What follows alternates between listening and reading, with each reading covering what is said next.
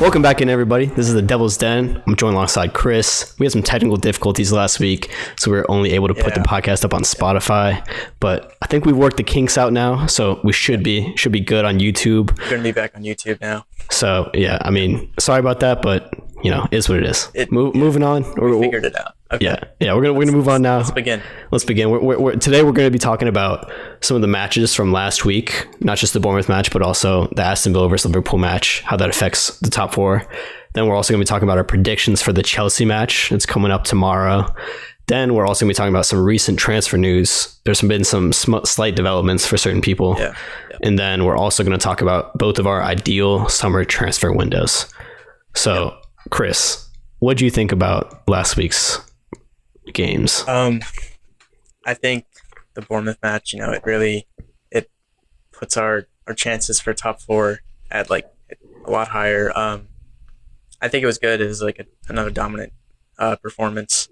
And I think we just need 1 point from our remaining 2 games to secure top four. So I think it was a good day for United fans. I'll agree with you there, but I will say I was kind of surprised by Bournemouth's performance. I thought they were actually quite good, to be honest, because they had a decent amount of possession. It was 42 to 58 in favor of us, but they create a lot of chances. They had 1.101 expected goals. They had 1.41, or we had 1.41 expected goals. So it wasn't like it was. For me, it wasn't a dominant game from us. I also think it wasn't as dominant as some of our other games, but I mean, we did control more of the ball. Like we had like more chances. I think so. I mean, not like big. If you want to talk about big chances, yeah, because it said we did have 20 shots and they had 10. But if you look at some of the shots we had, a lot of them were kind of just sighters. You saw Bruno letting out some anger on some of his shots. A lot of them they look like field goals, American field goals, to be honest, because they kept going all the way up in the stands. But I don't know. I mean, I'm glad the game was over, because by the end I was just hoping that the full time whistle would go. Yeah.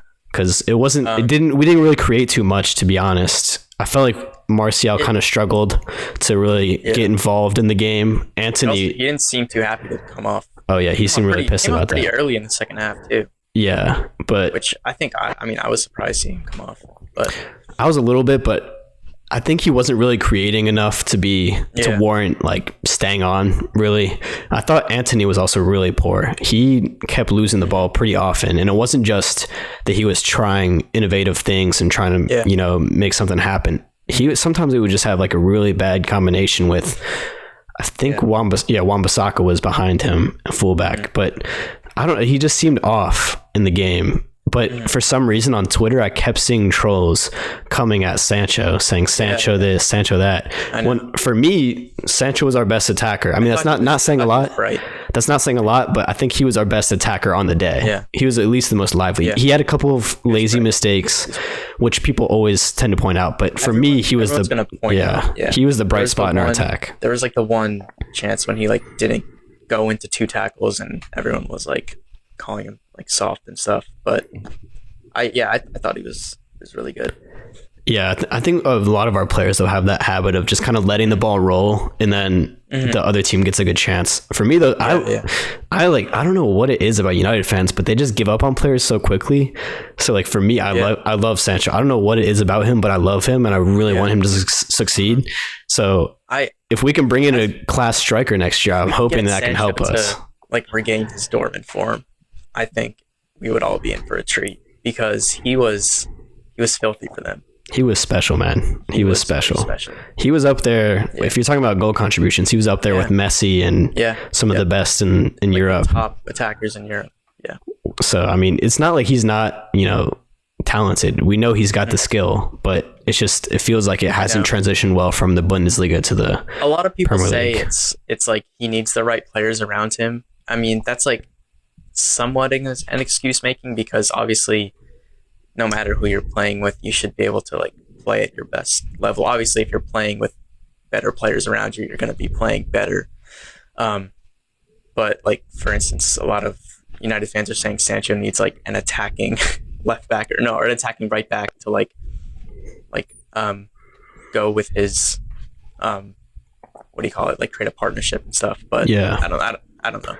Yeah, I remember him at Dortmund. He had Rafael Guerrero, who was really attacking. He would get up on the flanks every single time. Yeah. And not to say Luke Shaw can't, but I feel like Luke Shaw is probably told by Ten Hag that he has to stay back a little bit.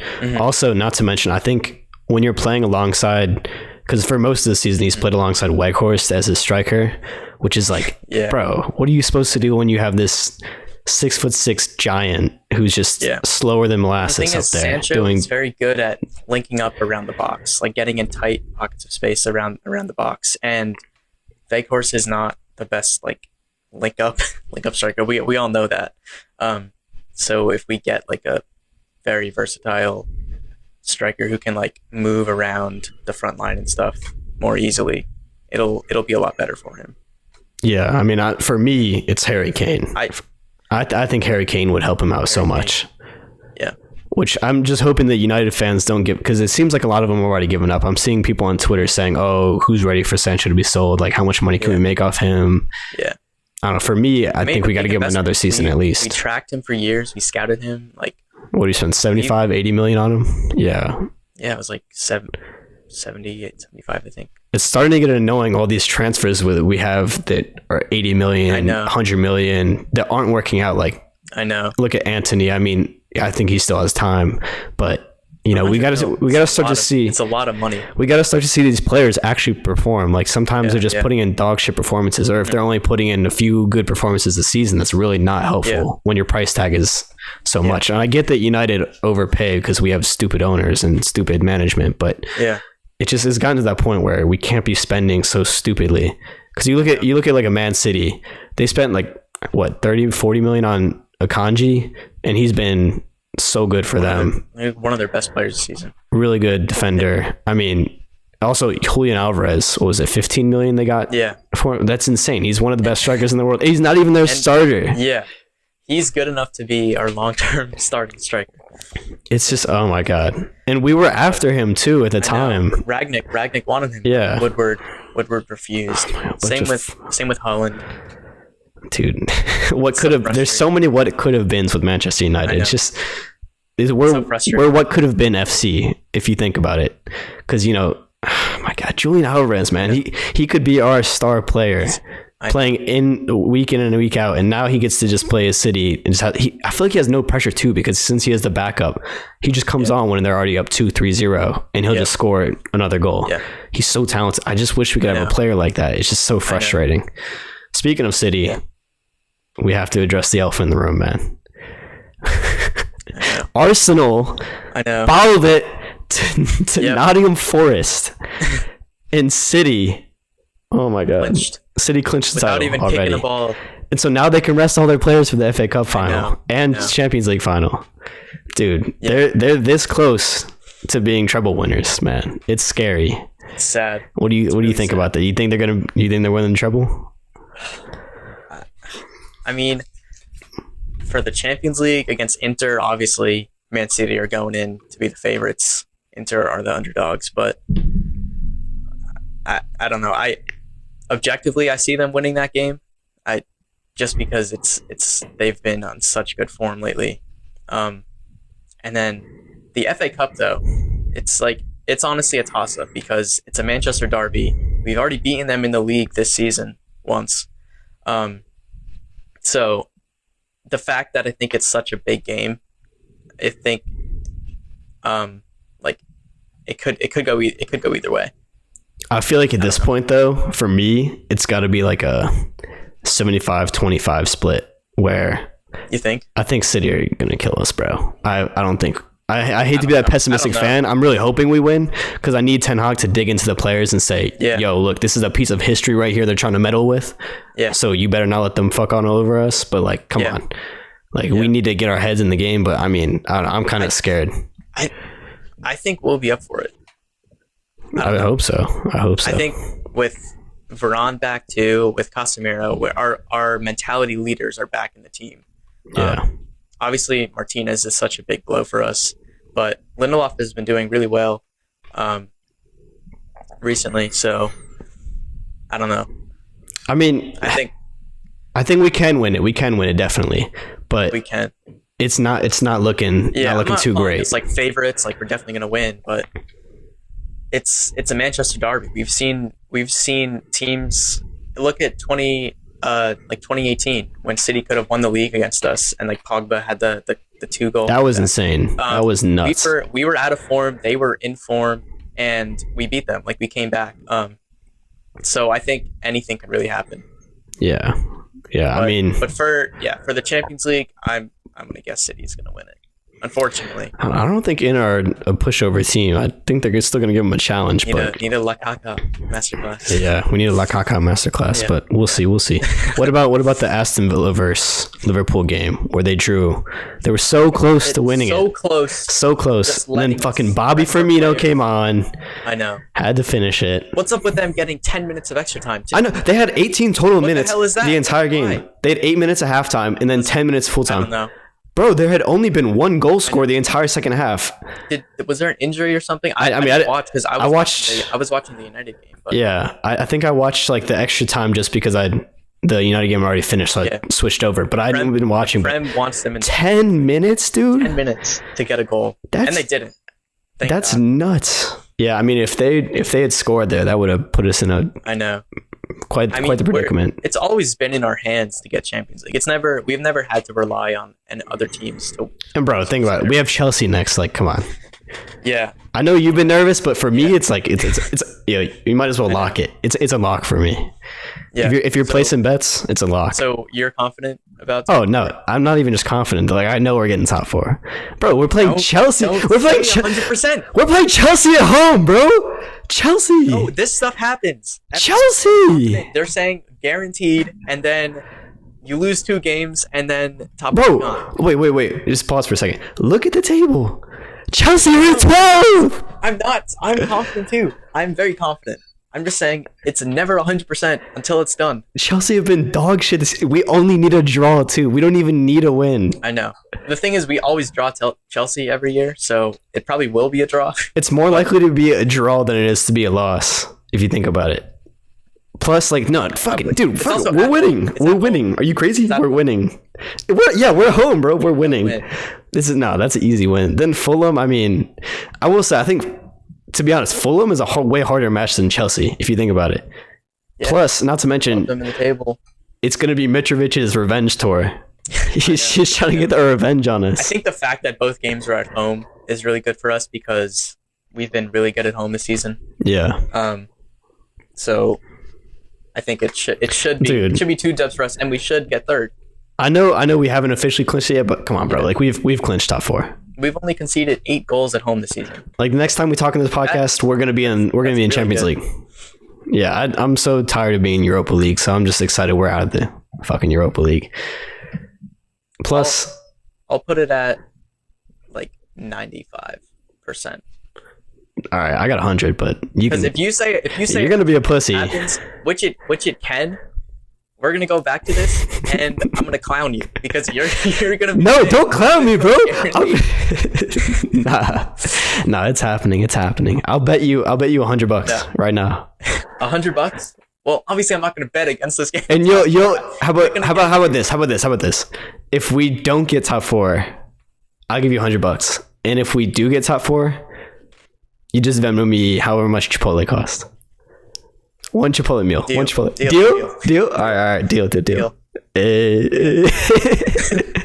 right. Chipotle. Okay. Here we go. All right, bet. All right. Also, another great thing about if we do make top 4, not even if we do, when we make top 4, Liverpool aren't going to be in top 4 because Newcastle qualified. Liverpool playing Thursdays next year. What do you make of Newcastle getting top 4? I think they got the Saudis in 2 years ago now, and they're already back in the Champions League. I think it just shows kind of, if reflecting on us, getting new owners and having commitment to the team and prioritizing signings and stuff. It really helps you improve. And I think it's great for them to be back in the Champions League. They're a very historical club. They've always been in the Champions League back in the 1900s and stuff. So it's good to see them back. Yeah, I agree. I think it's gonna be crazy seeing Dan Burn going across Europe and tour. I know, right? Also, I saw rumors, man. Ronaldo to Newcastle. Ronaldo to Newcastle. That would be crazy. Honestly, I'd fuck with that. I'd be on board with that. I think that'd be tough. Imagine Champions League. Ronaldo comes in, he subs on for Callum Wilson or Isaac or whatever, scores like a bicycle kick. Yeah. That'd be sick. That would be crazy. That'd be so sick. I think he should, especially if I don't think he's even gonna win the league with the Saudi team this year. Yeah, Al Nassr. I don't know. Yeah, I mean, he's in Saudi Arabia right now. He's in Saudi Arabia right now. So then, the owners could talk to him. Connection. Yeah. Bring him in. That'd be tough. I'm pro Ronaldo to Newcastle. Yeah. If that ever pans out. Yeah. But also, for Newcastle, for me, I think it's just so cool to see a team that. How long ago was it? Like maybe 5 years ago, they were in the championship. Yeah.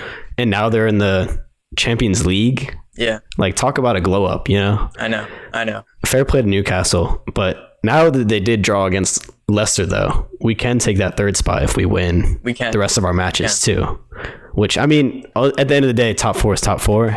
So, there's no difference truly between second, third, and fourth. But it still would be cool to get third. Obviously, you want to finish, like, the highest you possibly can on the table. Yeah. But, third for Ten Hag's first season to get Carabao. That would be elite. Third, and possibly an FA Cup too, would be really good for his first season, considering what we were going into this season expecting of him. I think that would be really good. I agree completely. Yeah. So what do you think on the Chelsea game specifically? What do you think score-wise? Score-wise?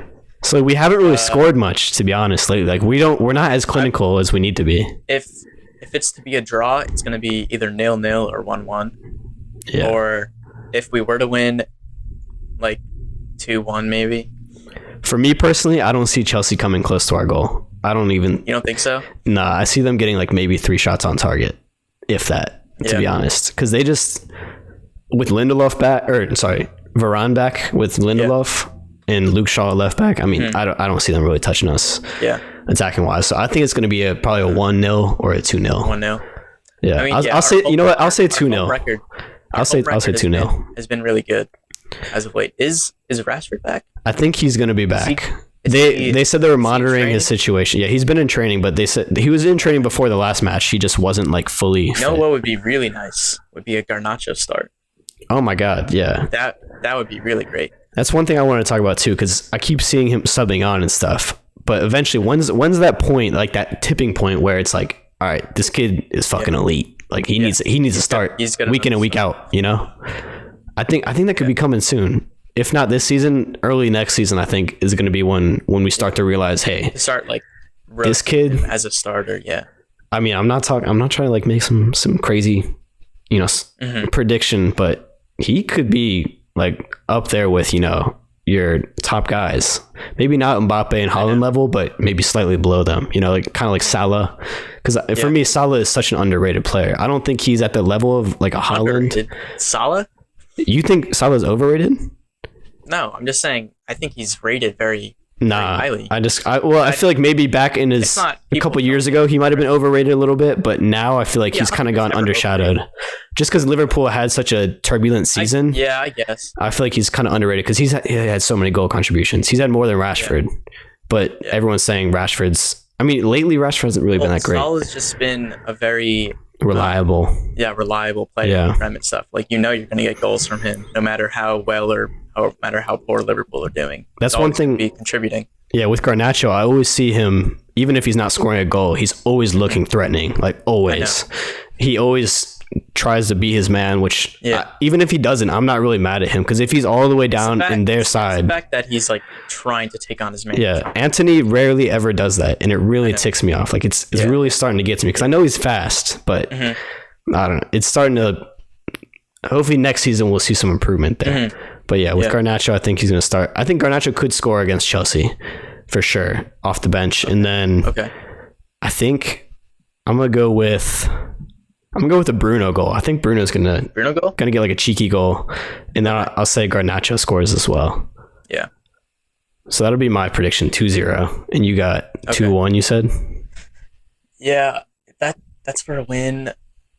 I do see us winning. I don't Chelsea really aren't great at all. Yeah. They're dog shit. They just lost to a hungover City B team. So that's how good City's B team is, though. City's B team is not some like easy little. They could probably win the league on their own, even without the starters. Probably. Yeah. Okay, we're gonna steamroll Chelsea. At least. Yeah. We're not gonna. I don't think we're gonna look back on the game and be like, oh wow, like we almost lost that. I think it'll be like, all right, like we dealt with them. Yeah, like, the fact that it's at home too, and we're not clinical, so we might not score 3 or 4 goals, but I think we're not going to be like concerned about the game. Like they're not going to be creating too much, in my opinion. But yeah, let's move on to some transfer targets. Yeah. So for me, one of my favorite transfer targets that we've been seeing lately is Kim Min-Jae, because he joined Napoli last year for about 20 million euros. Yeah, and Fabrizio reported last year, he said, Kim Min-Jae joins Napoli on a permit deal. Release clause triggered for 19.5 million euros to from Fenerbahce. Yeah, the contract until June 2025 with an option for 2 more years. He has a release clause included worth 45 million euros, which is around 40 million pounds. So for me, that's a bargain for how well he's played this year. He's 26. He's entering his prime. These are the types of transfers we have to start making. These easy, like cheap, reliable targets. We have to start picking those up to build our depth too. Yeah, it's crazy. I think it should be a no-brainer. Yeah, I agree. Because start up the summer, it would be great. Look at the impact he's had at Napoli. They lost Koulibaly, who everyone thought was their best defender in maybe even I can't speak on Napoli's history, but he's been pretty dominant in the Serie A for a long time. And Napoli have been pretty solid in Serie A, but they've never actually won it. No. And then this year he comes in and they just blew the top off Serie A. Like they were absolutely dominant all season. Like no one really touched them. And he's been a big part of that with his physicality, his speed, he has good passing ability too. So I think he'd be a really good option. Him next to Martinez would be a great partnership. I would love to see. And then having Varane and Lindelof. I mean, Varane would also, I think he would play a lot too. Lindelof would be used more as a backup. Yeah. But having those like 4 core defenders, I think is really good center back depth for us.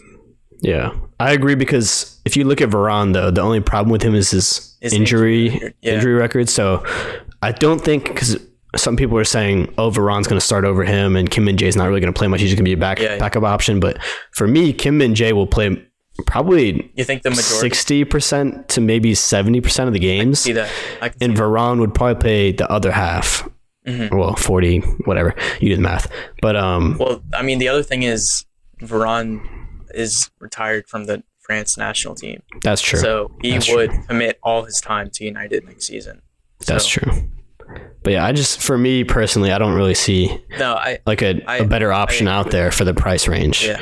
For 40 million pounds, for me, that's a steal. In today's market, that's a bargain. And he's entering his prime. That's a bargain. Yeah, I think that'd be a great move.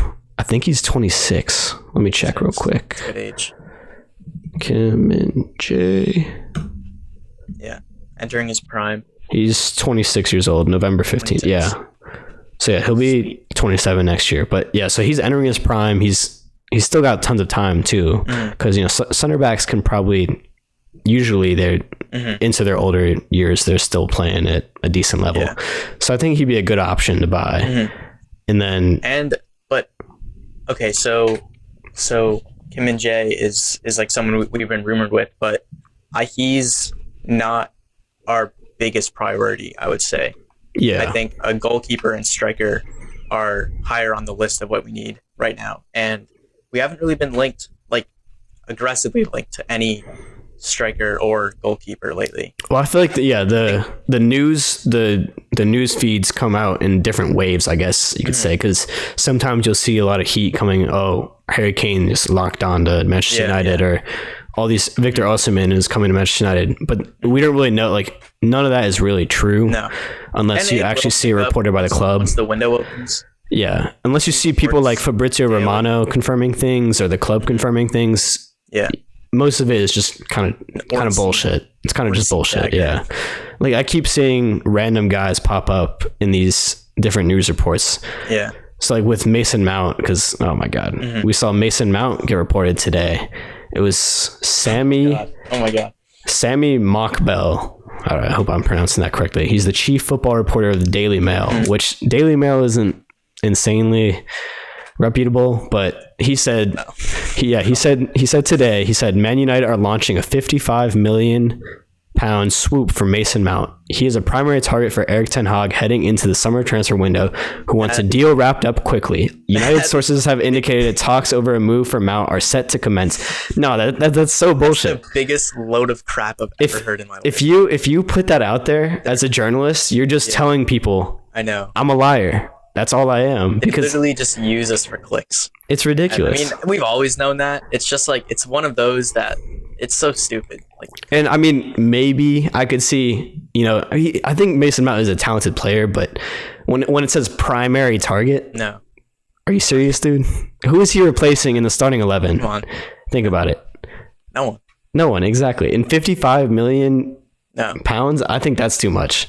I saw some reports also saying 85 million or 80 million pounds, which is just like, dude, if he's 80 million pounds, bro, nah, that's crazy. Rashford would be like 400 million pounds if he's 80 million pounds. Yeah. But yeah. So Mason Mount, for me, that's an automatic no. But I don't think any United fan wants Mason. A player like that. Yeah. So Mickey Mount. Those are the two biggest transfer reports I've been seeing lately, because it seems like the front on Harry Kane has been kind of dying down. I guess that'll kind of resurface once the summer comes back up. And maybe after the last Spurs game, we'll see him crying with his family. Because I think after the last home game, it was their last home game of the season, he and all his family members went out on the field. I don't remember if he had any tears falling down his face. But it was saying it could be his last. It seemed like he was, saying, guys, love y'all, but time to dip. Time to dip. Out of this shit show. Yeah, Ruben Neves did the same thing with Wolves. He was waving at fans and stuff. I think a lot of reports are saying he's going to go to Barcelona. Yeah. So hopefully we'll see with Harry Kane what happens. Yeah. But yeah, let's move on to, for me, our ideal transfer windows. Okay. So you can start out, and then we'll discuss. We have we're going to say it's 150 million budget, because we've seen multiple reports saying, 100 million. 150 mil net spend. Yeah, net spend. So we can include outgoings. Yeah. Yeah. So, I mean, we've seen some reports saying 100 million. We've seen some reports saying even more, but it also really depends on the ownership situation. Yeah. So we're just going to kind of go in the soft middle at 150 million net spend. Mil. If we're allotted a net spend of 150 million. Yeah, and we're going to try to make it somewhat realistic, but also like who we would want to sign. So Chris, go ahead. Okay. I'm going to start with, I think our number one signing this summer should be Diogo Costa. Ooh. Yep. And I'm 70 mil. 70 mil? I thought he had a release clause though for like 60.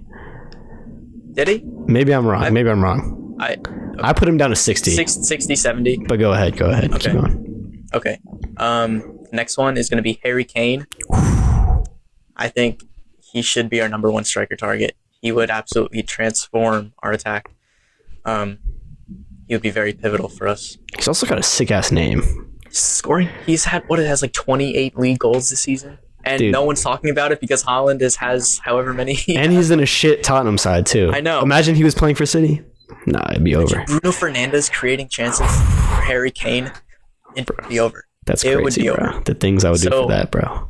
The fact that Kane's contract is up next year, I believe, means this is the last summer Daniel Levy has any bargaining power. So he can't price him too high because no one's going to buy him, and he's going to lose his biggest asset on a free next summer, which is sort of what we did with Pogba. We kind of waited it out. But I think Levy is, as annoying as he is, he's a very smart businessman.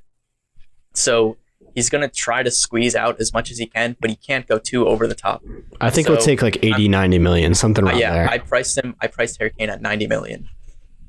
Which is crazy because he only has 1 year on his contract, but yeah, keep going. I know. Yeah. Okay.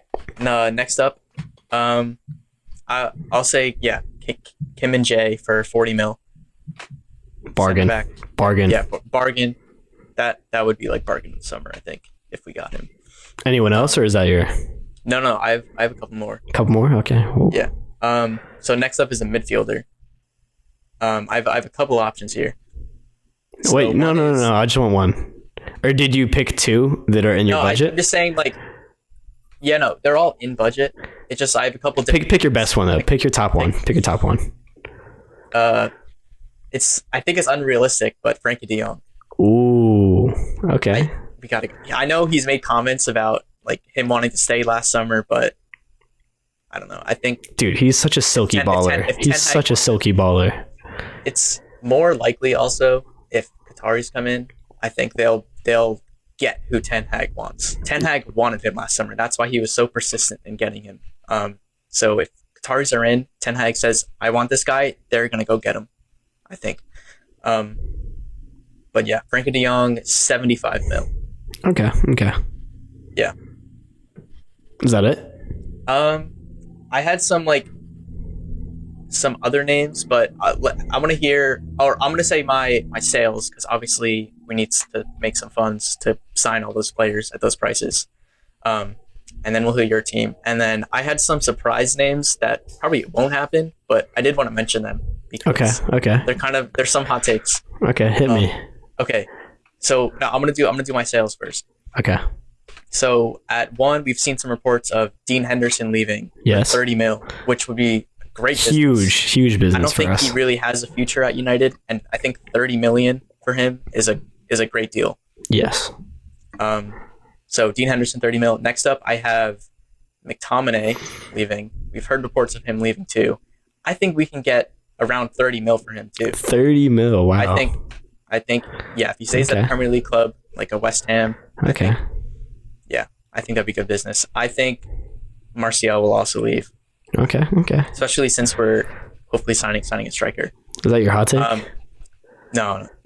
Ooh. None of my outgoings are real hot takes. They're all kind of everyone's like expecting them to leave. Okay. Really.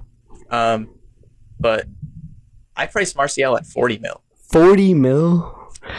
Damn, bro. Martial's a good player. You're optimistic. He hasn't really worked out for us. You're optimistic about the sales. You think someone would pay 40 mil? If Martial if Martial played for another team and we were offered the chance to sign him for 40 what team is paying 40 mil for Martial? I bet you every United fan would say that's a bargain, get him in for 40 mil. No.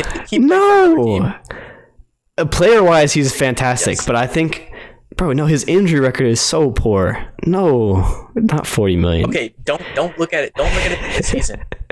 You're so optimistic about it. All right. You keep going. Maguire up next. What did you think you get for him? 30. 30? Bruh, I wouldn't trade a bag of Doritos for Maguire. That's crazy. 30 million. Maguire would. Wow. I think West Ham, if they spent 30 or if they spent 60 million on McTominay and Maguire, their team would go up levels.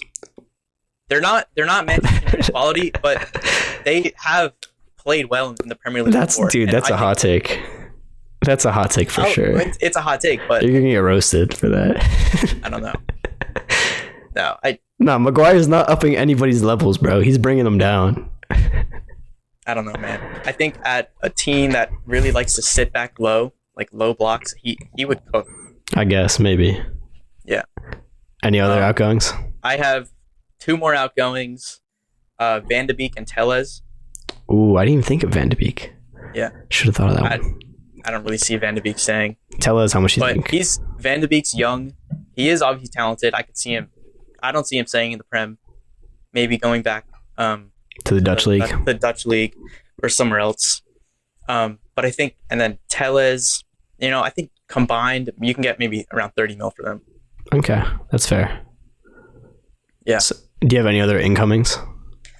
Yeah, incomings. If we weren't getting Harry Kane, I would say Evan Ferguson or Osimhen those are like the 3 strikers, I think. Okay. Ferguson would obviously be a lot cheaper. I said around 35, 40 mil, maybe. Yeah. He's super, super young, but he's very talented. And Brighton obviously like to sell at high prices. Osimhen obviously would be a lot more. So I had him at 100 mil. Okay. So can you are those all your incomings? Yeah. Okay. My hot take for a midfielder, Ilkay Gundogan. Dude. In what world would that ever happen? Come on. In what world would that happen, though? No, it's not realistic at all. I'm just saying. Also, I would take him instantly because there have been the reports of Arsenal wanting him, but there's also been reports of him trying to sign a new deal with City. But his market value is only 25 mil. Obviously, if he went to the other side of Manchester, it would be more expensive, 40, 50 mil. He is 32, I think, but he is class. He is a class midfielder, and if it could happen, I mean, if you say no to Gundogan, it's come on. What? Okay, no. Here's my thing with Gundogan, though. I think, don't get me wrong, he's been in fantastic form lately, and I think I rate him so highly as a player. I think he's fantastic. Yeah. But just 32 years old, why are we bringing in all these retirement home players? We don't need to keep getting all these old fucks. It's getting the winning mentality back too. Like we've signed like Varane, Casemiro, like people who have but he's 32. Won stuff. I'm not saying he's gonna like start every game for us, but having that mentality, winning all those Premier Leagues too, Bro, we already have Eriksen. Eriksen's so old too. Single-handedly, Eriksen was on a free though. Yeah, that's what I'm saying. If we could get Gundogan on a free, it might make sense, but I don't know. I feel like we can't get Gundogan on a free. If we were to get Gundogan to drag him from... No, I know. That's what I'm saying. Because does his contract run out this year? I don't think it does. Sure. I think it still has like 1 year left on it or something. But yeah. But I think we also need to reinforce our squad with technically gifted players. And Gundogan is so technically gifted. That's fair. I would love to see him at United. Bring us some valid points. But okay, very unrealistic. We know that's not going to happen. Yeah. It's going to happen. Okay. That's my hot take. Okay, so quickly, can you just do your incomings, all the names, and then how much it would cost? Incomings. Here, so I can't do math in my head. All right, Costa 70 mil, Kane 90 mil, De Jong 75, Kim Min-Jae 40, 275. Okay, and then your outgoings 275 million. Outcomings we have Henderson, McTominay,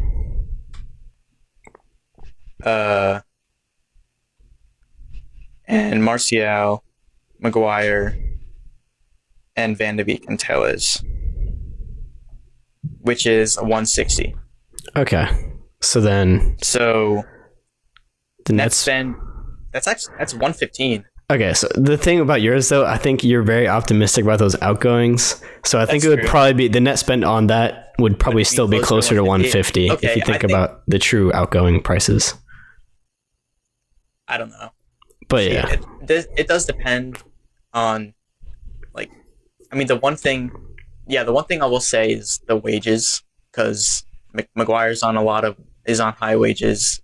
Martial's on high wages. So teams would have to account for that in their pricing of him, the transfer price. So if you're on like 200K a week, you're going to spend less. The transfer fee is going to be a lot smaller because you have to afford those wages. So that is true, but I think you're undervaluing some of the players we can sell. Nah, bro. I think you're just really optimistic. But here, let me get to my list now. Yeah, okay. So I have 5 players incoming, and I have 7 players outgoing. Okay. Because I also think when you think about the outgoings, remember, I mean, if we still have the same ownership by the time the summer comes around, they're really slow at getting things done. So it's really going to depend on the ownership situation. Because if we still have the same owners, we're probably not going to be able to sell. The whole thing is dependent on the owners. Yeah, because if we still have the same owners, we're not going to be able to sell 7 players, or even bring in 5 players probably. But yeah, so let's just start out with my outgoings. Okay. So I've got Harry Maguire. Obviously, there's no way he's coming back at this point. I think he's just kind of that ship has sailed, if you will. How much do you think? You said 30 million. I say 20 million. I think 20 million would be a lot for him, honestly. And then my next one's Scott McTominay, same as you. And you said, how much did you say for him? 30. 30 million? 30 okay. Million. I said 20 million again, because I'm okay. I had Maguire and McTominay at 30 million, and you had Maguire at 20 million. Yeah, and McTominay for 20 million. And McTominay 20 million. That's a huge difference. It's only 10 million. 10. Okay, but when you're speaking of 20 and 30, that's a pretty big difference. That's 20 million if you maybe between the two players. But Maguire is also an England international, and he starts for all their tournaments. That raises a player's price. If they're playing for their country. That singular mistake at Sevilla away, that took 10-15 million off his price tag right away. Doesn't. Yes, it does. Yes, it does. Actually. A team looks at that and goes, "Wow, what a good defender. We should add him to our team." No, a team looks at that and goes, "Oh my God, who makes that mistake? That's a fucking child error right there." No, Maguire's dog shit. You're on recency bias. Yeah, recently he's ass. Not even recently. The last couple of years, bro. He had one good season with us. Nah, he's terrible. We're getting max 20 million from Maguire. If we get more than 20 million, personally, when we go to the Arsenal, you're buying me Chipotle. I'll buy you Chipotle. If we can get more, 20 mil. We'll cancel out the Chipotle. Yeah. Okay. All right, moving on. This third one you're gonna hate. It's gonna be a hot take for you. You're gonna hate this one. And realistically, I don't really see this happening because we kind of need to keep some depth. Victor Lindelof. I think, we gotta cash in. He's a valuable asset right now. We gotta cash in. No. I don't want to hear it. I don't want to hear it.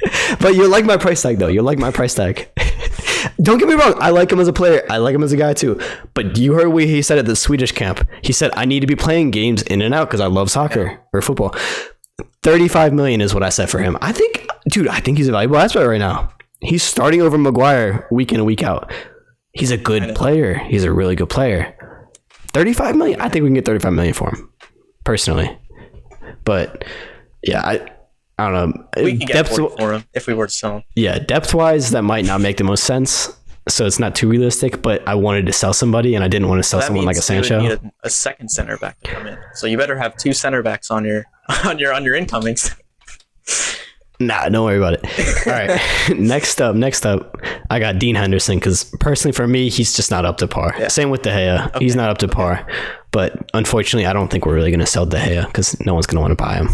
No. But yeah, with Henderson, I got 30 million because we saw some reports saying 30 million is what Nottingham Forest were going to offer for him, which, dude, if we could get 30 million for Henderson, it's a good deal.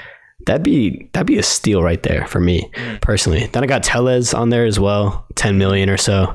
And then Eric Bailly for about 10 million. So I said 5 million. And then Martial. Okay, I have Martial on my list too. You said 40 million, right? Bro, we're not getting 40 million. This guy's injured every single day. He's got plastic knees, bro. I don't know. I said 25 million. I think it's possible to get that much money for him. If you have good management, maybe. You know, like if we had Daniel Levy or something, but no. I mean, I was just saying before, if Martial played for another team and we had the chance to sign him for 40 mil, I think every United fan would want that. No. Also, did you saw the way you saw his look after the substitute, bro? That was iconic. But after that look, pouty face. Yeah, you know he's gone. You know he's gone after that. Like that was just he's gone. So the total for the outgoings was 145 million. Okay. So that would bring the budget up to about 295, 300. Yeah. So then let's go to my incomings. Okay, let's hear the incomings. And I got 5 of these players. So we already talked about Min-Jae. I think that would be a no-brainer. 40 million. 40 mil. No nonsense. Just get the deal over the line, you know? Just get it done. Get that shit done. Get it done. No bargaining. Yeah. No stupid Glazer management bullshit. Just get it done. Just get it done. All right, then next up I got Harry Kane because it feels like he's becoming the consensus option amongst people, and people who were kind of on the fence about it are kind of getting off the fence. The majority of United fans seem to be. They want him as their number one. He's a Premier League proven player. I mean, what's to go wrong with him? Maybe if we had good owners, we could maybe get him for 80 million, 75 million if we had some good negotiators, because he only has 1 year left in his contract. Levy's really tough to negotiate with. Yeah, so I said 90 million. I said 90 million for him. And then my next midfielder, or I have a midfielder for the next one. Okay. And I mean, just like you, I love De Jong. I think he's such a good player, but I think that bridge has been burned, and I don't think he's coming to United ever. So I said, which I love this player personally. I actually started watching their games more because of this player, and that's Moises Caicedo. I think we should have bought him a while ago, but personally, you have the chance to sign him for like 5 million or something like that. He rarely ever puts a foot wrong. He's so silky on the ball. He's for me, he actually kind of reminds me a little bit of De Jong. He has some similarities in the game. He just doesn't make a lot of stupid decisions too. Also, you've been seeing him plug it in at fullback lately. And he had to take on Rashford. Versatility. Yeah, he took on Rashford in our game against them at their place in the Premier League, and he didn't get scored on. And I think he did pretty well then. So I mean, he's a really versatile player. Like he can play fullback, play midfield. I would love to see him at United. He could maybe even slot in at center back too.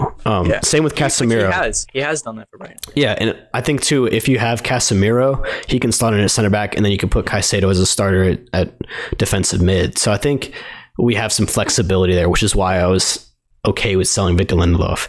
But then this next transfer, I'm kind of on the fence about it because I do like David Raya still, and I think he'd be the more the cheaper option. But I went with what you did, Diogo Costa. I think he's so class. He's one of the up and coming keepers in the world. Again, you said 70 million. I thought it was 60 million was the release clause, but I might be wrong. On that. Don't quote me. But I'm just going to put him at 60 because I want to. And I think he's a quality player. So I think he'd improve our game massively. Just playing out from the back is something we don't have right now. He did just sign a new contract with Sporting, but I think there was a release clause in that contract. Yeah, so I mean, we'll have to see, but we'll see. For me, he's the number one goalkeeper option if you can pick any goalkeeper you want. But if you had to go to a cheaper option, I wouldn't be too pissed about David Raya coming in. He's made the most saves in the Premier League too, and he seems to be more adept with his feet than De Gea is, and he's the Spanish. Anyone is more adept with their feet than De Gea is. I don't know. Maguire would say otherwise, but both two Chuckle brothers over there. But yeah, I mean, I'll just say Diogo Costa. And then my last signing. Okay. This one's something you probably don't really know too much. Rasmus Højlund for 40. I think I've seen like 35, 40 million quoted in certain tweets, but again, we don't really know whether it's true or not. For me, he's shown a lot at such a young age. I think he's like 21, something like that. But he's playing for Denmark. He's scoring for them. He's been scoring for Atalanta. He's really physical. He's big. He's fast. I think he's got a lot of the things that Ten Hag is going to want. And if you signed him under a striker like Harry Kane, that'll only help him so much, because you think about adding in that link up play and all those different things, like learning that from him. What position did you say he was again? He's a striker, so he would be a long-term striker. Okay. Because I think if we had a Harry Kane, we could get an understudy like an Evan Ferguson or a Rasmus Højlund. Yeah. So that's who I went with, and that comes to a total of 295 for the incomings. So net spend is right there at 150. So I mean, you might say it's not super realistic, but again, we don't really know until we know the owner situation. This is very dependent on the Glazers. Yeah. On what they decide to do. So I mean, let's hope those rats leave, but at the end of the day, we don't know. So we'll have to see. But yeah, I mean, I'm kind of content with mine. Personally, I think you're a little bit optimistic on the outgoings. I think with the price wise, definitely undervalued some of our players. I did not, bro. Maguire is not worth more than 20 million. Come on.